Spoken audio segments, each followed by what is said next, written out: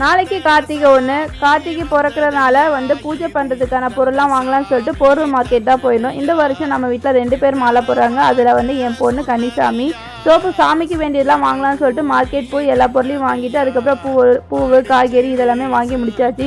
லாஸ்ட்டாக பாப்பாவுக்கு ட்ரெஸ் எடுக்கலாம்னு சொல்லிட்டு ஒரு கடையில் போய் விசாரித்தோம். அந்த கடையில் அவளுக்கு ஏற்ற மாதிரி ட்ரெஸ்ஸு இல்லைன்னு சொல்லிட்டாங்க. அதுக்கப்புறம் போரூர் மார்க்கெட்டில் இன்னொரு ஷாப்பு போயிட்டு அங்கேயும் பாப்பாவுக்கு ஃப்ராக் மாதிரி சாமி ட்ரெஸ் இருந்துச்சு. அதையும் வாங்கி முடிச்சிட்டோம். பாப்பா அழகாக சாமி ட்ரெஸ் போடும்போது எனக்கு ரொம்பவே பிடிச்சிருந்தது. அந்த பிளாக் கலரில் சாமி ட்ரெஸ் போட்டிருந்தாலே ஒரு அழகு தான். அதுக்கப்புறம் ப்ராஜெக்ட்டுக்கு வேண்டிய பொருள்லாம் கொஞ்சம் வாங்க வேண்டியிருந்தது. அதெல்லாம் வாங்கிட்டு அங்கேருந்து கிளம்பியாச்சு. சரி வந்துட்டோம், வாய்க்கு ஏதாவது போடலாமேன்னு சொல்லிட்டு பாப்பா இன்னி நாளைக்கு மாலை போட்டுருவோம், அதனால் இன்றைக்கி ஏதாவது சாப்பிட்லாம்ப்பா அப்படின்னு சொல்லியிருந்தா சரின்னு சொல்லிட்டு பானிபூரி வாங்கி கொடுத்து மசால் பூரி பானிபூரி எல்லாமே வாங்கி கொடுத்து அங்கேருந்து வீட்டுக்கு வந்தாச்சு. வர வழியில் பால் வாங்கணும்னு சொல்லிட்டு ஒரு கடையில் நிறுத்தி பால் வாங்கிட்டு வந்தாச்சு. கார் ரிப்பேருங்கிறனால ஆட்டோவில் போனோம். அதுவும் நல்லாவே இருந்தது, அழகாக இருந்தது.